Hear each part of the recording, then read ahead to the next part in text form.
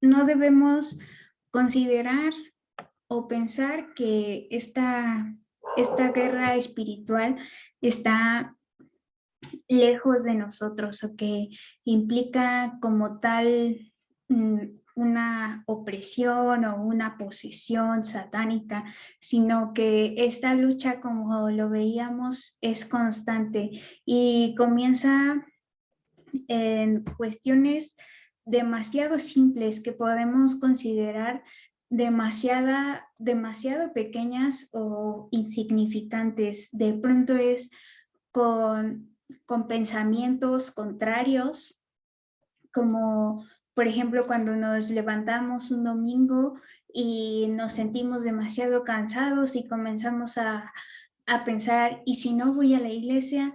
¿Y si hoy no me levanto? ¿Y si hoy no leo la palabra? ¿Y si hoy no busco a Dios en oración? Ese es un ataque espiritual, y todo lo que nosotros vivimos diariamente con nuestros hermanos, con nuestra familia, con nuestra iglesia, en todo eso nosotros enfrentamos una guerra espiritual, como ya lo habíamos visto. Muchas de nuestras confrontaciones con personas, muchas peleas son originadas por el enemigo. El enemigo comienza a sembrar en cada persona actitudes, pensamientos, contestaciones, comienza a guiar a la gente a ciertas acciones que al final nos terminan alejando de Dios.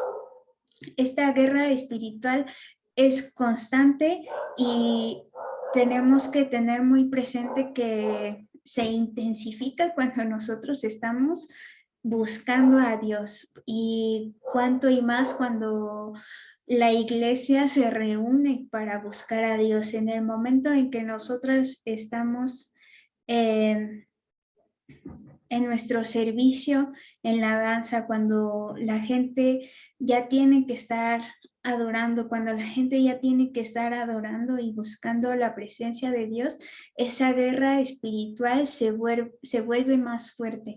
Por eso es que nosotros tenemos que tomar en serio esta armadura de Dios.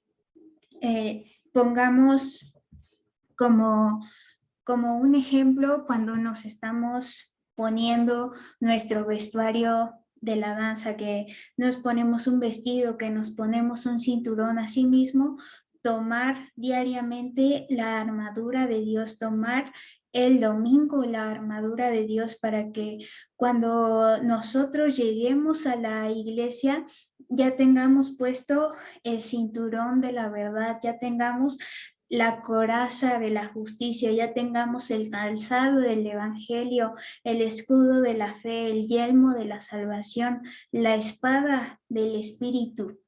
Y cuando comencemos a ver a un hermano triste, a un hermano con un semblante de enojo, a un hermano que no puede dejar de llorar, a un hermano que llegó demasiado tarde, a un servidor que está haciendo las cosas de malas, a un servidor que no está haciendo las cosas que tiene que hacer cuando las tiene que hacer.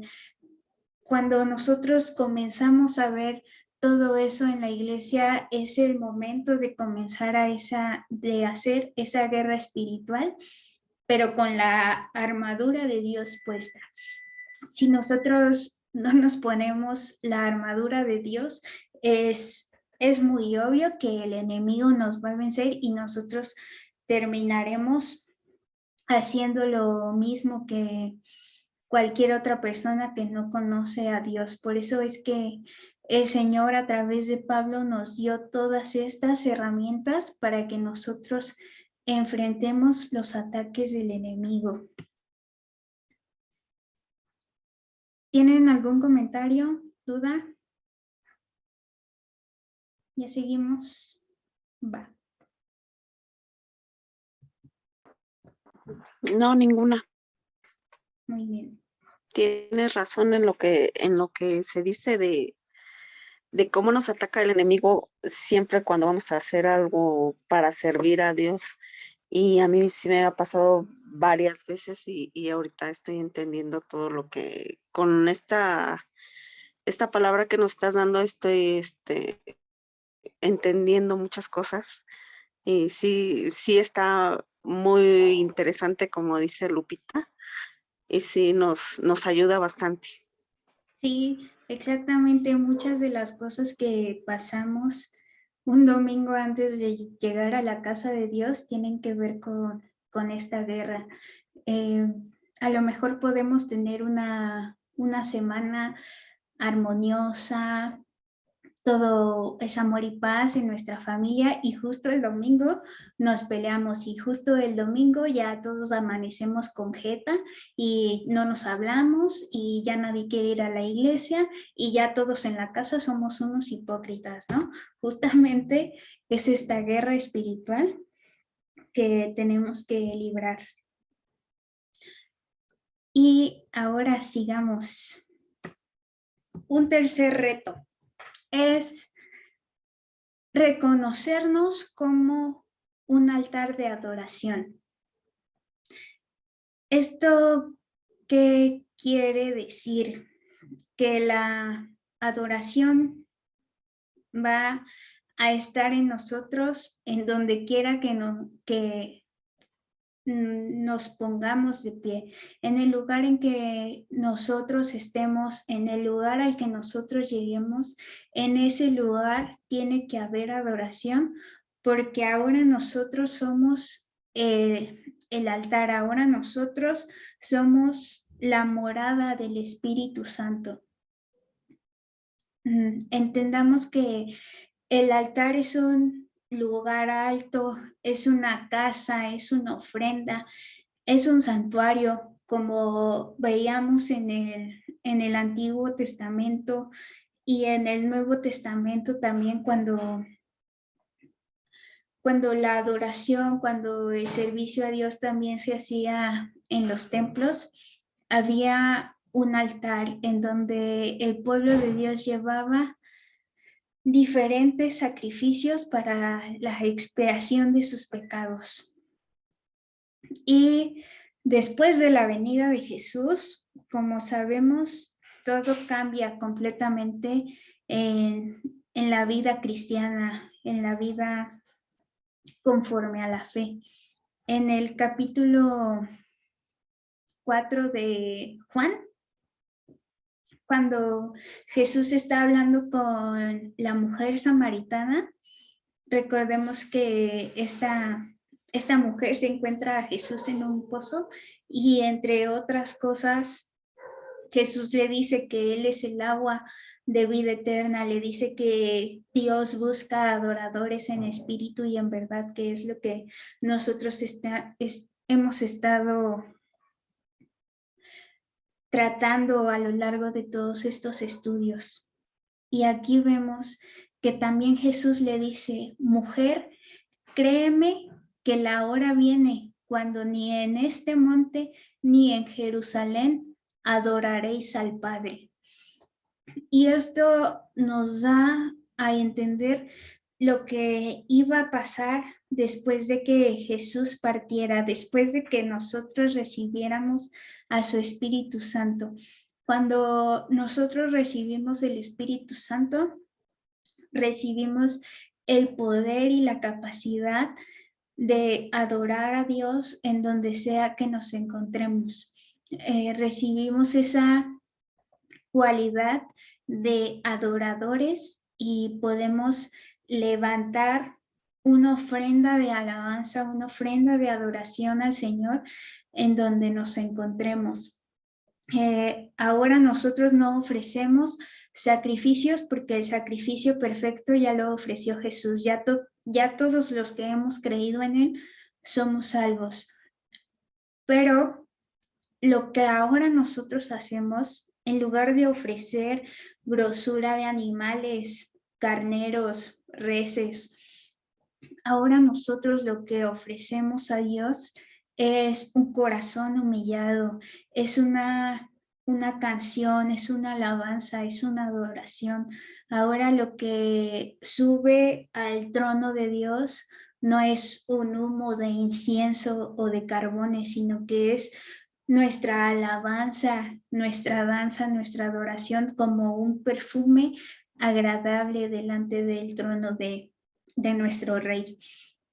Entonces, pensemos como tal acerca de nosotros, que, que ya no somos simplemente nosotros, sino que ahora verdaderamente Cristo tiene que vivir, sino que ahora somos la casa de Dios porque su Espíritu habita en nosotros y tenemos que actuar en consecuencia, vivir de una manera diferente, vivir de una manera que honre a Dios y que lo glorifique y vivir en constante adoración, vivir reconociendo que fuimos hechos para alabarlo, vivir reconociendo que nosotros nos fortalecemos en el agradar a Dios, vivir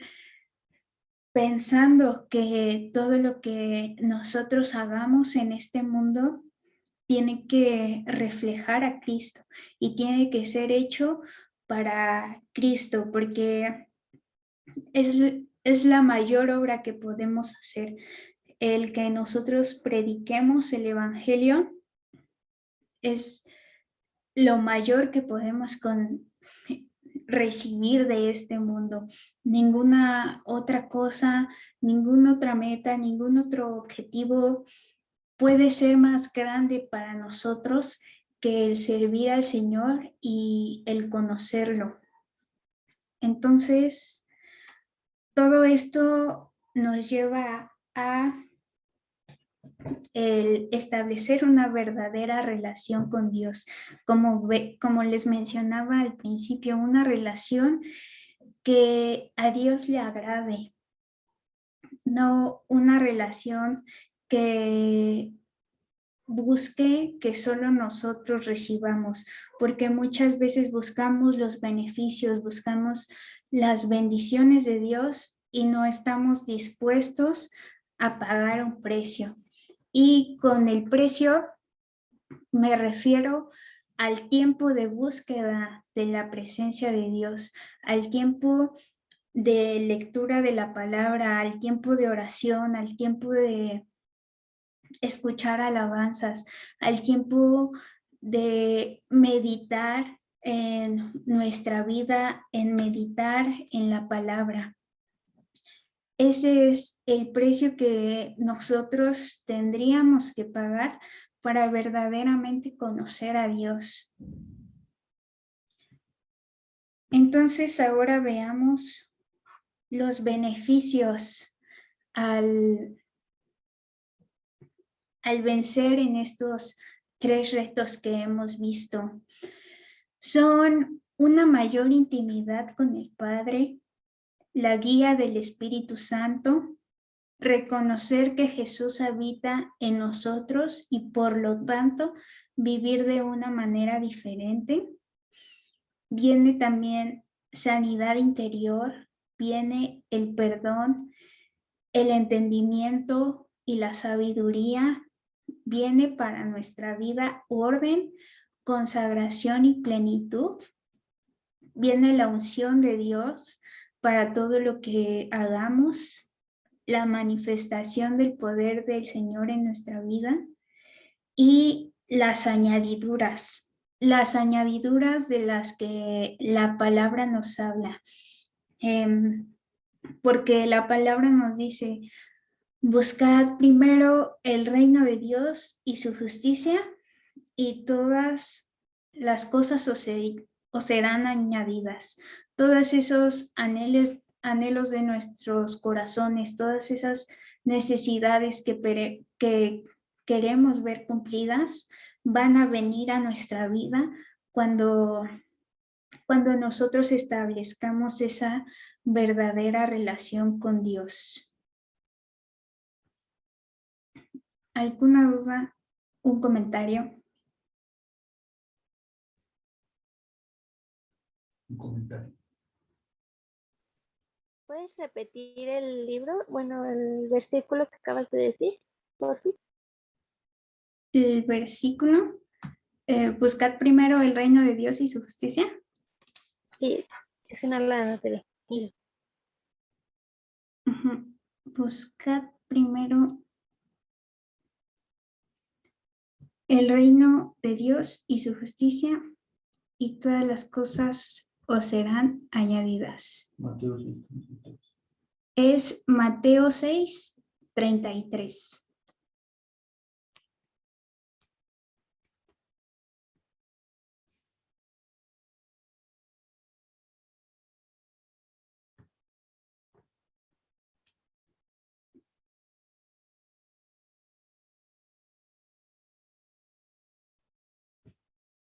¿Alguien quiere comentar algo para que concluyamos?